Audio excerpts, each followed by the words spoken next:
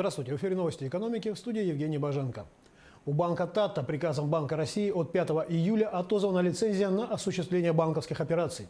Проблемы в деятельности банка Тата возникли вследствие использования рискованной бизнес-модели, что привело к формированию на балансе значительного объема активов низкого качества. При этом банк Тата осуществлял схемные операции и сделки, направленные на искусственное поддерживание размера капитала в целях формального соблюдения норм деятельности, сообщается в пресс-релизе Центробанка.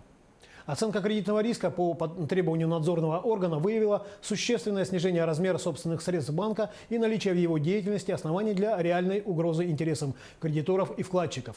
Согласно данным отчетности, по величине активов на июнь кредитная организация занимала 220 место в банковской системе Российской Федерации, не являясь социально значимой и не оказывала существенного влияния на совокупные показатели банковского сектора республики.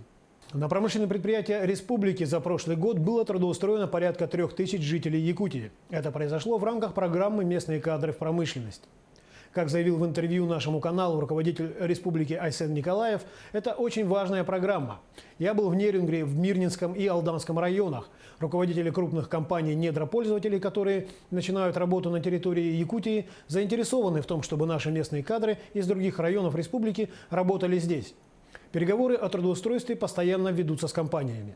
До 2024 года в промышленности должно быть создано около 10 тысяч рабочих мест для якутян. Алроса реализовала крупные алмазы специальных размеров весом более 10,8 карата на международном аукционе во Владивостоке, который проводился в период с 18 по 29 июня 2018 года. Компания получила суммарную выручку в размере 17 миллионов долларов от продажи 121 камня ювелирного качества общей массой 2000 карат.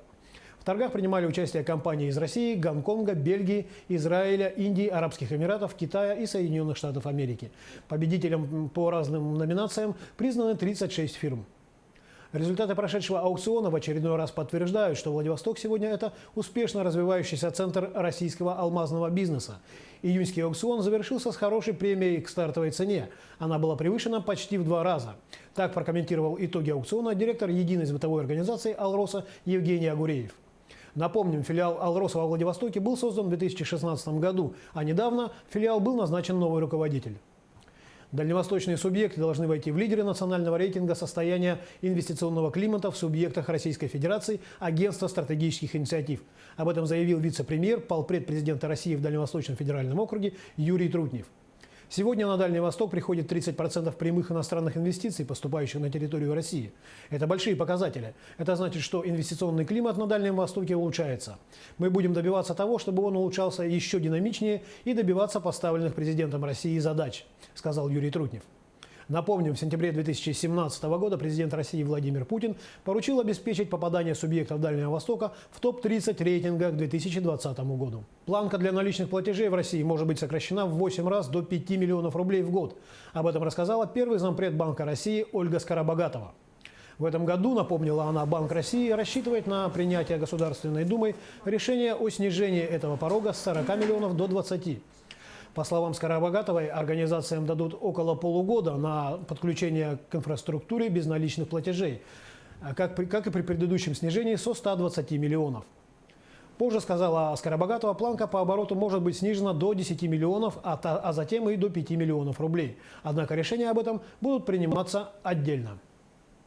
На сегодня в России уже свыше половины платежей безналичные. Так, например, в Японии 20%, в Германии 25%, а в Швеции более 80%. Заемщики, досрочно вернувшие деньги банку, смогут получить назад часть страховки, оформленной на этапе выдачи кредита.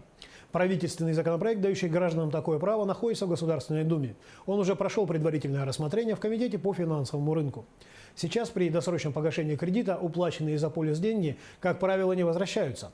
Новые поправки подразумевают, что заемщики смогут требовать назад часть средств в течение 14 календарных дней с даты досрочного погашения кредита или займа. К возврату пойдет та часть премии, которая покрывает период, когда страхование действовать уже не будет. Этим летом в России будет запущен пилотный проект по выявлению фальсифицированного топлива. Роскачество проведет проверку совместно с Росстандартом. Исследование пройдет по нескольким направлениям. На фальсификацию, на соответствие бензина заявленному октановому числу, то есть мимикрия под более дорогой бензин, наличие присадок, качественные характеристики топлива, а также недолив бензина. В итоге, как отмечают специалисты Роскачества, будет исследовано более 30 параметров. Главными источниками фальсифицированного топлива являются базы нефтепродуктообеспечения, которые осуществляют отгрузку топлива в розницу. Доля нарушений среди нефтебаз составила в 2015 году 40%, в 2016 – 21,5%, в 2017 году – 38%.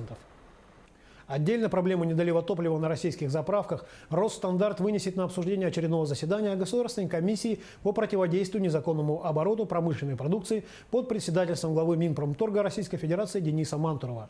Так, исследование рынка АЗС, которое провела Федерация автовладельцев России по согласованию с Росстандартом, выявило, что на 76% заправок страны обманывают потребителя, заливая в бак меньше оплаченного.